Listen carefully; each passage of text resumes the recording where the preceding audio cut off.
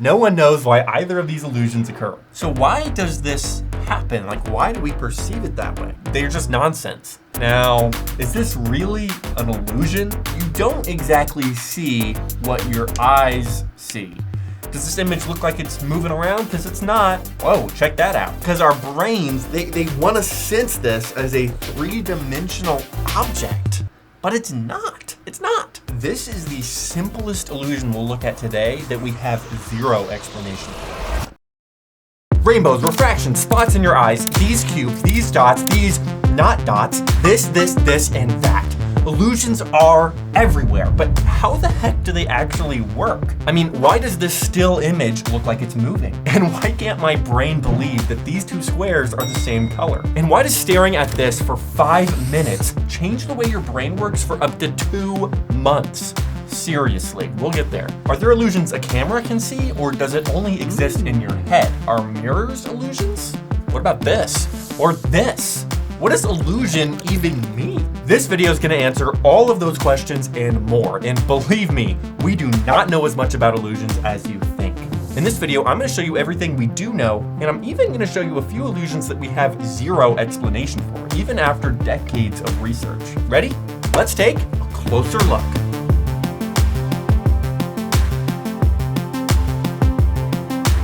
Okay, first off, let's set some ground rules. What are we actually talking about when we say illusions? So in simplest terms, an illusion is when you perceive something that isn't actually happening, which is actually kind of scary. And there are plenty of types. Audio illusions,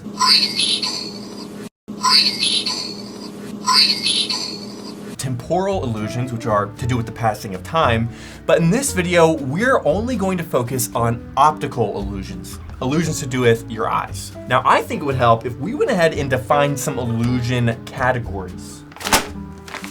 I mean, it seems like there's something fundamentally different about an illusion like this versus an illusion like this. Richard Gregory is a legendary man in illusion research who already did this for us. He splits illusions up into 3 classes and 4 kinds. So let's move this out of the way for a minute. Let's start with classes. So we have physical, physiological, and cognitive.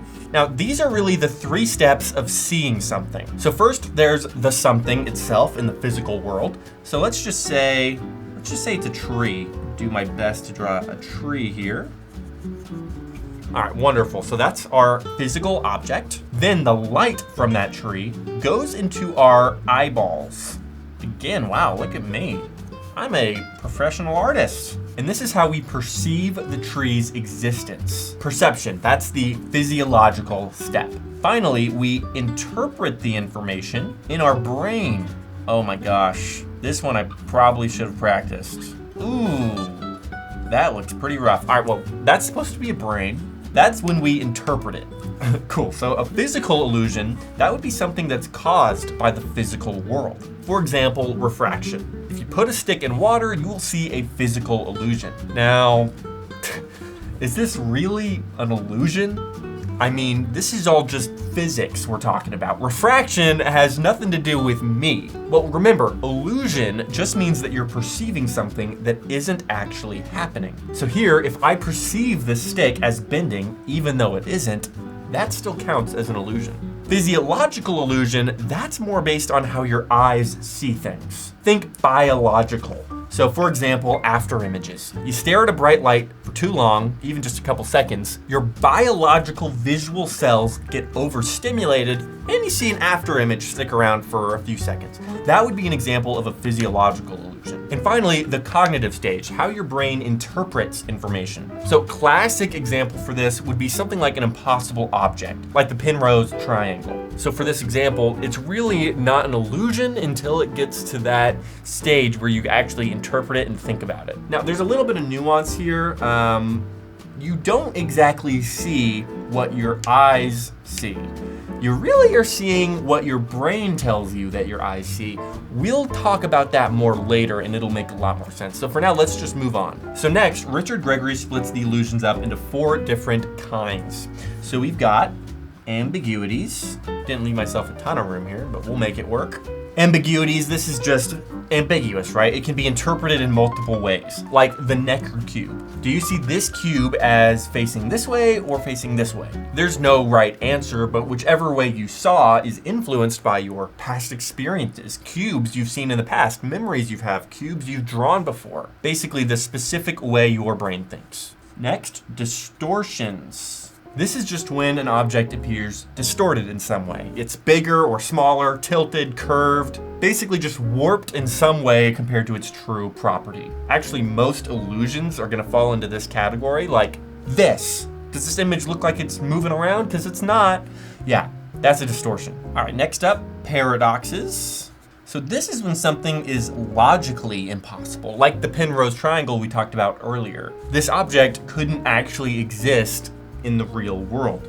It's a paradox. And finally, fictions. This is when something is made up by our brain completely. So we see something that's totally not there. Like Kinesis triangle, you can pretty clearly see a white upside down triangle in the center of this image, but there's not one. There's just the pieces that make up a triangle. Great. Now this actually gives us a table here. I'm just gonna split this up nicely as I can.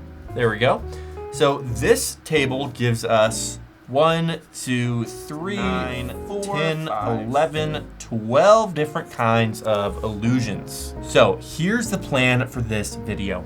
We are gonna go through all 12 types of illusions, come up with 1 or 2 examples from each, and I'm gonna explain exactly how they work. Now, spoiler alert, we don't know why a lot of these work, but bear with me, I'm gonna tell you everything we do know. Okay, so without further ado, let's get started. Physical ambiguities. This would be something in the physical world that's ambiguous. It could be interpreted in multiple different ways. My first thought here is clouds. You and your friends will see totally different shapes in the same exact cloud. And this really comes down to your brain loves seeking patterns. And like I was talking about earlier, your specific experiences, your specific worldview and the way you grew up, that's going to determine, along with a million other factors, what you're seeing in the clouds. It's the same logic, although this is a little bit more of an extreme example.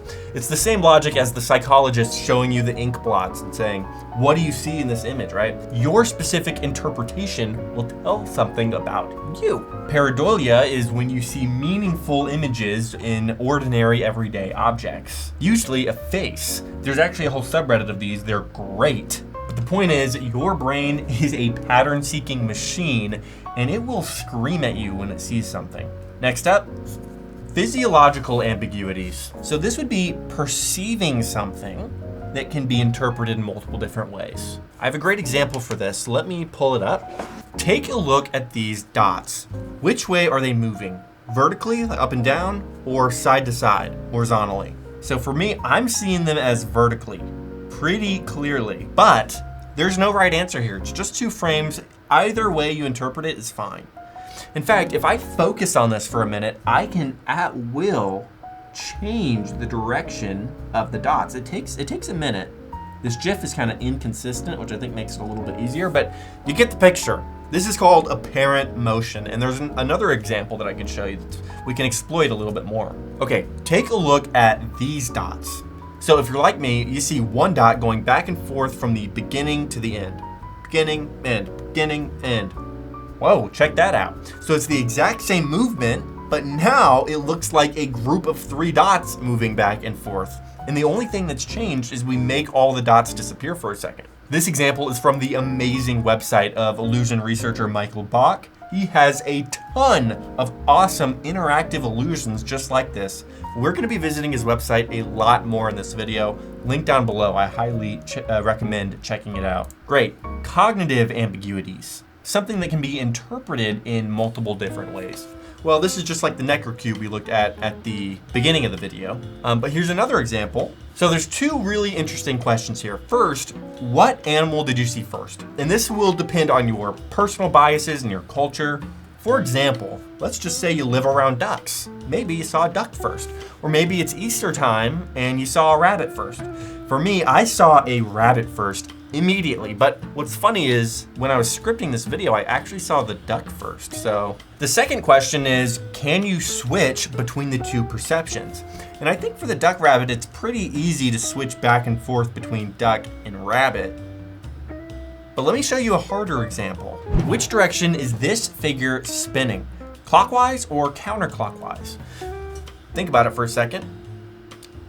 Okay, well, we've done studies on this and most people see it moving clockwise, the same direction as these balls. But can you make it spin in the opposite direction just by looking at it? I'll remove the balls real fast. So whichever direction you see it spinning, try and make it spin the other way. And yes, it is totally possible to do this.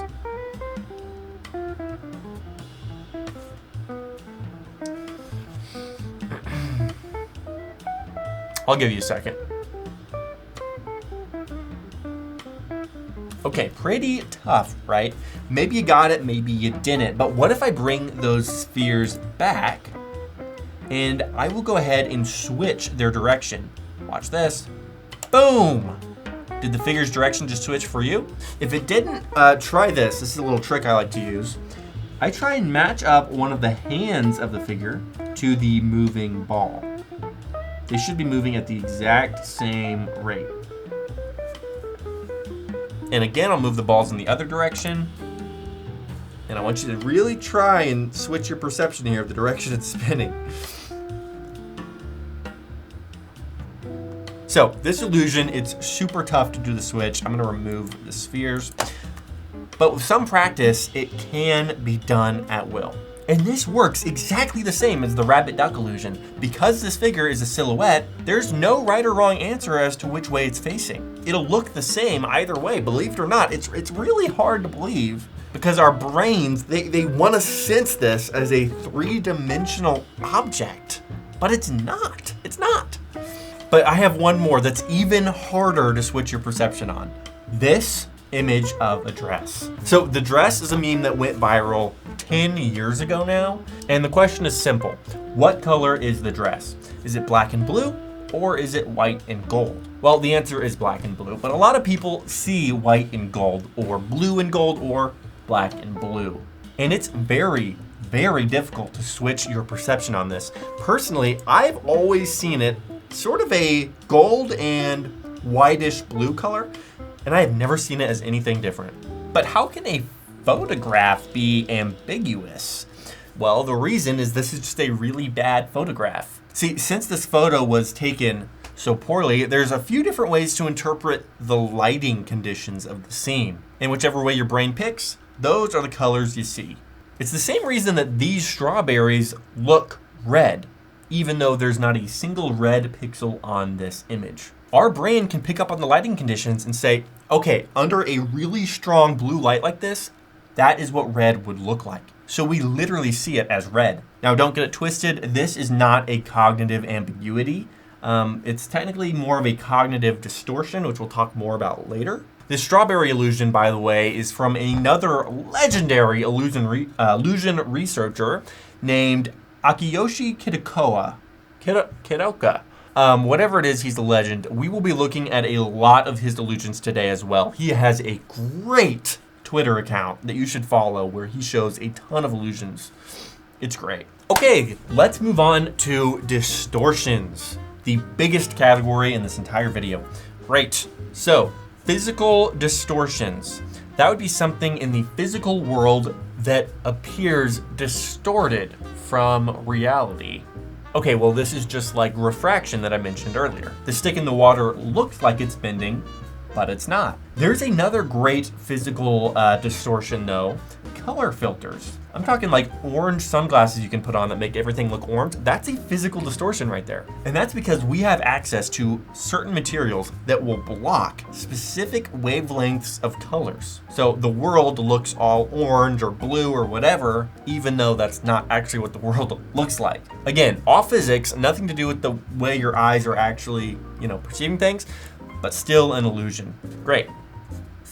Physiological distortions.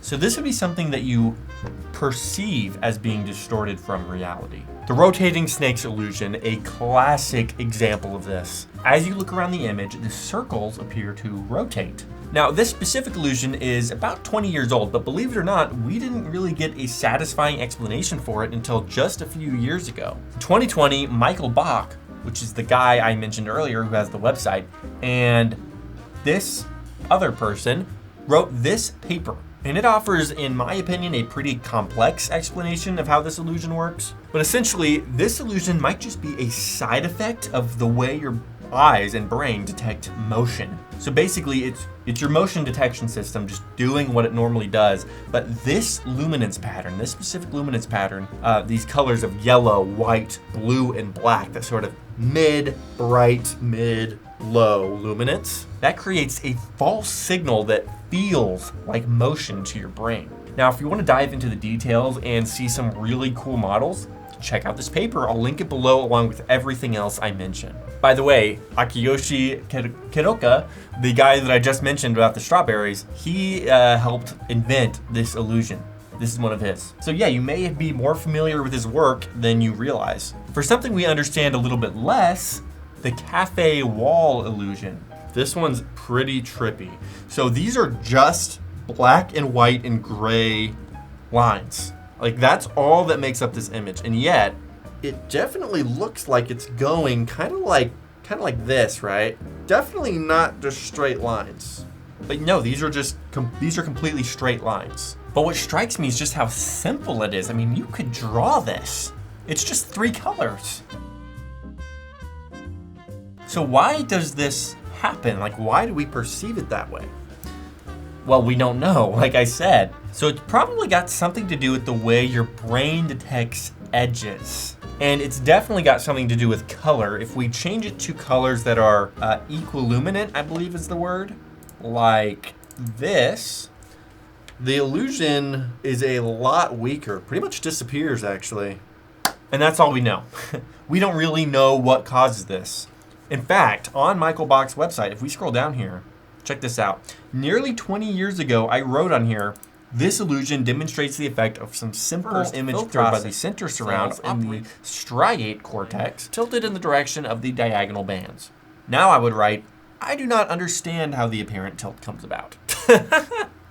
So we really don't know. And what's so funny about this, you can find all sorts of explanations online that are just super convoluted and like, they're just nonsense. We don't know what causes this. So let's move on. Cognitive distortions. So something that you would interpret as being distorted, even though it's really not. This is my favorite category of illusions. Seriously, it's so mind-blowing. Check this out. Okay, so which circle is bigger? Okay, haha. We've all seen this a million times before. They're the same size. But seriously, don't brush this off because this is really mind-blowing, and this is touching on one of the biggest points I want to make today. You do not see what your eyes see. You see what your brain says that your eyes see. Let me explain. If this was real life, like seriously, you were looking at this, you were in this environment, obviously you would know that this circle is bigger because of perspective. It's way over there, of course it's bigger. But what's so fascinating, and I mean really fascinating, it's not like, oh, it must be bigger because it's farther away. It's bigger. No, I can literally perceive this circle as being bigger than this circle. I mean, it physically looks bigger. I mean, you can see it. You can perceive this object is bigger. This is crazy. Just from the context of the situation, it looks bigger. My brain is saying, hey, okay, it's way over there, therefore it's bigger. So I'm gonna tell you that it's bigger. It's lying to me. It's lying to me so that I see it wrong. It's not bigger, brain. They're the same size. Okay, I'm getting a little too excited, but this is really crazy. And there are countless examples of illusions like these. I'm gonna show you a few. All right, this is the Ponzo illusion. Basically the same thing as the circles, but it uses lines on a railroad track. Yeah, top line, it physically looks bigger, even though it's not. Okay, this one is similar. This is the Moeller-Lyer illusion. Which of these lines is bigger? again, they're the same size, but that bottom line, it definitely looks bigger. Even if you like try and remove the arrows, it still looks like it's bigger. But why? The other one was obviously just a little perspective gag. Why does this one look bigger? I mean, it's clearly not because of perspective again, right? Right? Take a look at this image. This is an example of a perspective that you might come across 100 times a day. But watch what happens when I highlight these sections. Yep, we're looking at the molar liar illusion. These two lines are the same size, but because of perspective, that line in the back looks bigger. This is just a theory of why this illusion works, but I really, really like it. All right, here's another one, and this one's especially cool because we don't know why it works. The Poggendorf illusion. Take a look at this rectangle. Now the question is, which of these two lines is a part of the big line? Now think about it, this is a perfectly straight line. It perfectly connects to either line A or line B. Which do you think it is? The correct answer is this line. Even though it really doesn't look like it, check it out. Again, we don't know why this works, but for some reason, when the line is drawn correctly, it looks wrong. This is a big problem in graphic design. And here's another variation that I think is actually even stronger. The two arches, they connect perfectly even though it doesn't look like it. Here's another one of my favorites. This is the herring illusion. And this is pretty strong for me. So the lines, the long red lines, they appear to bow out, but they're actually perfectly straight. Many, many different theories on this one, but this is the theory that makes most sense to me. Even though the Wikipedia article on this only mentions it in like one brief line. So basically, because of these perspective lines, our brain is thinking we're in three-dimensional space. And the theory is straight lines in three-dimensional space will appear bowed when they're on either side of you. For example, when you're walking through the door frame, the edges of the door frame appear bowed as you walk through it. Try it yourself. Do you agree that this explanation makes a lot of sense? I think it does. Okay, this next one is amazing. And yes, okay, we're still in cognitive distortions. I said it was my favorite category. We're gonna be in it. Just one more after this. Take a look at this top hat. Yeah, you already know where I'm going with this. This top hat has the exact same width and height. Let me say that again.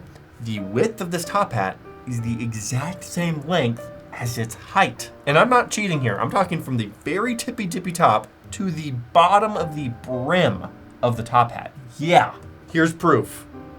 It's crazy. It's so insane. And of course, you can do the same thing with just lines, although for me, this looks a little bit weaker. But still, it seems pretty clear that one line's longer than the other. And yeah, I don't know what to tell you. We don't know why this happens. For some reason, we overestimate vertical distances. Okay, I've got one more for you. This is the checker shadow illusion. So the illusion's simple. Which square is brighter? Square A or square B? B obviously looks brighter, but that's right. They are the exact same brightness. Here's even more proof. Just draw a little bridge there, yeah. So why do they look so different? Well, we talked about this earlier, right? It's the exact same thing as the strawberries. Our brain is interpreting the lighting conditions, and it knows, okay, under that shadow, square B is going to be brighter than square A. So we see it that way, even though it's not real. Our brain is lying to us again. Truly amazing. All right, let's end off that category. We've been there long enough. Paradoxes. Physical paradoxes. Something that is physically impossible that happens in the physical world. Yeah, this category is a little bit weird because it's kind of impossible. By definition, there can't be physical paradoxes. But Richard Gregory claims that mirrors would fit into this category. The key here is our brain interprets mirrors in a way that is physically impossible. Like seeing yourself in a mirror, it feels like you are looking at another version of yourself that is the exact same but flipped. And also, I mean, even this might make a little more sense. If you look into a mirror, it really looks like there's a three-dimensional world. And in fact, I always feel it's a little bit upsetting to see like a mirror get destroyed and just to see that flat wall behind it. It's like, no, there is no three-dimensional room behind there. It's just a flat plane of glass. Physiological paradoxes, so perceiving something that is paradoxical, logically impossible. There's a great illusion here called the waterfall illusion, or the after effect of motion. Okay, stare at this image for a few seconds. Try to keep your eyes focused on that red cross. Keep looking at it. I'll tell you when to look away. Just a few seconds longer.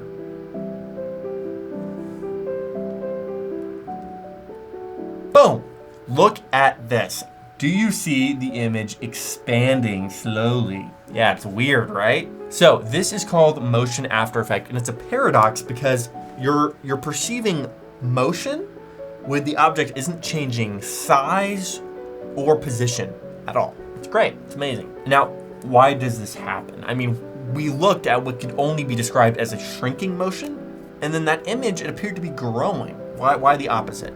Well, the neurons in your brain that detect motion are strategic. So if there's motion that's staying the same for a while, not changing, then those neurons, they will weaken, for lack of a better word. Really, you should think of it more as adjusting how active they are. It's not like they're getting worn out or anything. It's all very strategic and purposeful. But the point is, when that motion is suddenly taken away, those specific neurons are still a little bit in that weakened position. So the opposite effect is exaggerated. Like if the neurons that detect shrinking are weaker, then of course it's gonna look like everything's expanding out. A classic version of this illusion that might be even easier to think about is the waterfall illusion. This is the same thing, right? You stare at a waterfall, which is moving down, and then when you look at something still, like a rock, it'll appear to be moving upwards, because those down motion neurons are weaker, so everything looks like it's going up. Okay. Cognitive paradoxes. Something you interpret in a certain way, even though it's physically impossible or logically impossible. Impossible objects, right? This is the most classic cognitive paradox there is. Now, the real key here is these illusions are only possible because we're perceiving these two-dimensional images as three-dimensional figures or objects. And if you look at any specific part of this object, it's totally fine. That's totally possible. Oh, corner there, great. But when you look at the whole thing as one continuous object, it can't physically exist. That's where the illusion comes in. Now, the first example of an impossible object illusion like this is widely considered to be this painting. Madonna in Child, Adoration of the Magi. As you can see, the pillar in the middle goes behind our subjects, while the pillars on the left and right are in front of our subjects. Of course, if the pillar in the middle was in front of our subject, we wouldn't be able to see our subject. So is this really an intentional illusion? Probably not, but it still counts. And there are countless of these impossible objects. I was obsessed with these things as a kid. They're really fun to draw. That's about it. Okay, physical fictions. Things you can see in the physical world that aren't actually there. Rainbows. There's not actually rainbows in the sky, and there's not a pot of gold at the end of it. It's just sunlight reflecting off raindrops. But man, it sure does look real. Another cool example is something called moire patterns. There's a really, really great Wikipedia article on these. This is when two patterns of lines or grids overlap and create all sorts of funky patterns. Now you'll notice this a lot in real life. Bridges, nets, gates, stuff like that. There's also a cool variation of these called kinograms.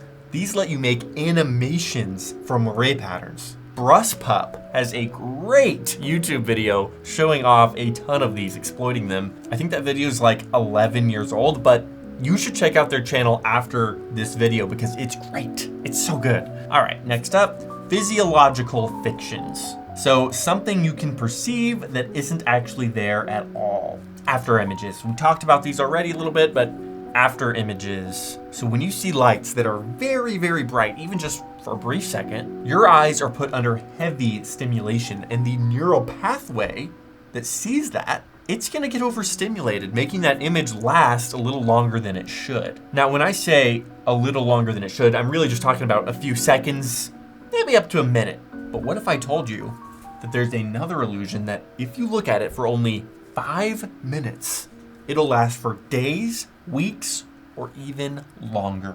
So here's how this thing works. There's an adaptive mode, and that's what you're actually going to be watching for 5 to 15 minutes. It's basically just red and green lines alternating. I'm not going to show it in this video, but I will link to it down below. After that, when you look at this image, instead of just seeing black and white lines, like are actually there, you will instead see red wherever the horizontal lines are and green wherever the vertical lines are. Here's a simulation of what it will look like. So it's a little bit subtle, but it's definitely there. Now, if you actually want to try it for yourself, and I highly recommend you do because it is super cool, then go down to the link in the description, put on your favorite piece of music that's 5 minutes long or longer, and just stare at that letter. The letter will slowly change and move around the screen. Just keep staring at it until your piece of music is done.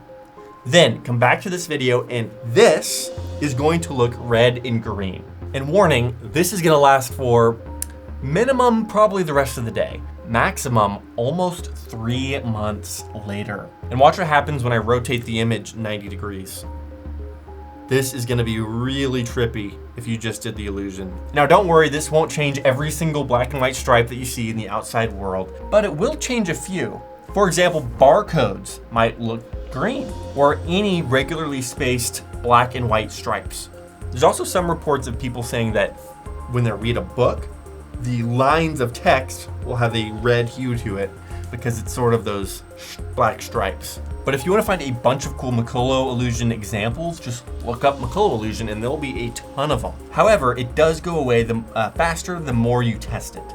So if you really hate the illusion, just keep looking at different Maccolo illusions until it goes away. And we really don't know what causes it. We really don't, because there are tons of illusions like this that only last for a few seconds or like I said, up to a minute. But this one, it just does not go away. It's like it almost looks like it belongs in a completely different category. And there's actually another really cool physiological fiction. We're not even done with this section yet. It's called the Hermann grid illusion. So check out this grid.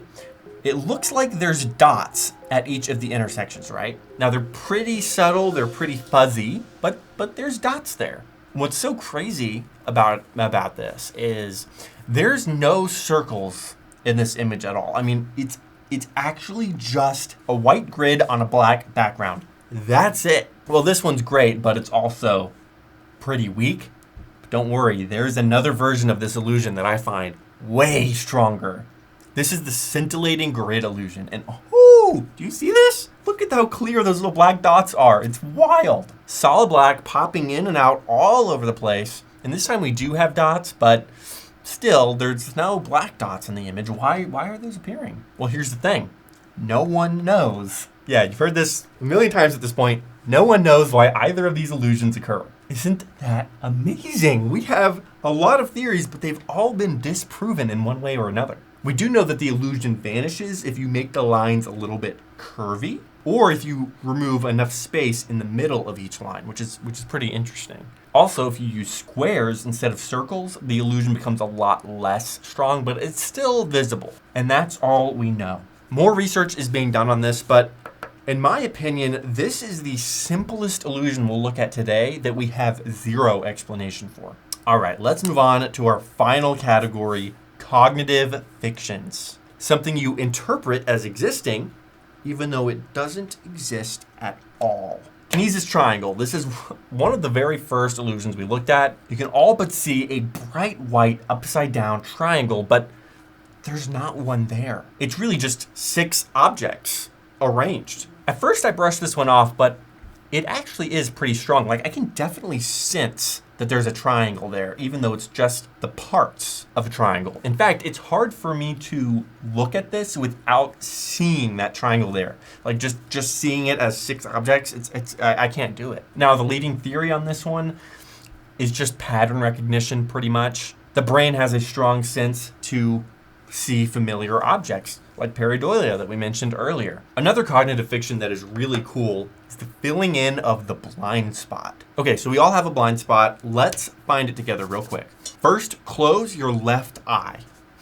No, seriously, I need you to do this with me. So what I would do, just look around the room at something that's plain and listen to my voice and follow the instructions of my voice.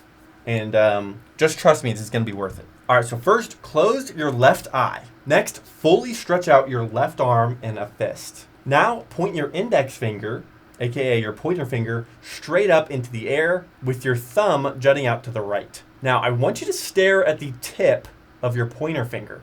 Next, fully stretch out your right arm and do the exact same position with your fingers. And just let your thumbs touch. Perfect. Now, while staring at the tip of your left pointer finger, slowly wiggle your right pointer finger back and forth until it vanishes. That is your blind spot. On screen, I'll show a visual demonstration of what this will look like. As your finger passes in and out of your blind spot, it'll sort of disappear and reappear. If you can't get it to work, you might want to rewind and try those instructions again. So what's happening here? Well, each of your eyes has a blind spot, a spot where it literally cannot see anything. So your brain is filling in that information, and it does a great job, like a really great job, to the point where most people in the history of humanity didn't even know that they had a blind spot. But you may have noticed it when playing certain games or sports, like golf, for instance. If you're putting your golf ball into the hole, you are having to stare at one object while paying attention to another object in your peripheral vision. That is prime blind spot material right there. We are born, we grow up, we experience, we learn, we perceive.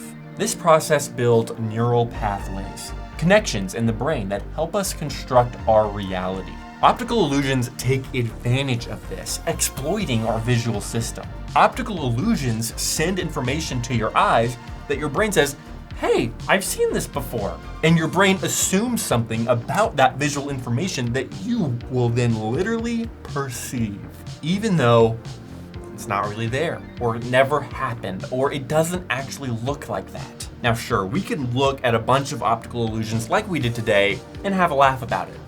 But this is something we experience truly every single day, like the illusion of depth perception. With two working eyes, our brain is able to estimate how far away something is. But the way we interpret that, I mean, think about it. Each eye takes in a different image, but your brain combines it into one image. But in that one image, we can somehow sense how far away something is. How is that possible? Well, it isn't possible. It really isn't. It's an optical illusion. Our brain's able to estimate how far away something is based on these slightly different positions of our eyes. And so it tells us that's how far away it looks. It's really mind-blowing. Side note, if you're like my sister and you don't have two fully functioning eyes, then you probably can't relate to what I'm talking about here, but you still see illusions every single day, I swear. Like seeing faces where there aren't any, seeing something move in the shadows. I mean, there's 1,000 different examples I could come up with. But why? Why do our brains do this? Well, it's simple. To help us survive. See, it's more important to see things quickly than to see things accurately. Therefore, our brains don't show us reality. They show a construction of reality, a fiction that helps us survive better. So then what even is reality if we can't perceive it objectively? Or think about how a manual camera works. If you have a camera and you set its white balance manually, and then you go into a house with orange warm lighting, everything's gonna look orange in that camera. But to your eyes, everything looks normal. Why? Because your eyes are in real time adjusting to the white balance of the room while your camera is not.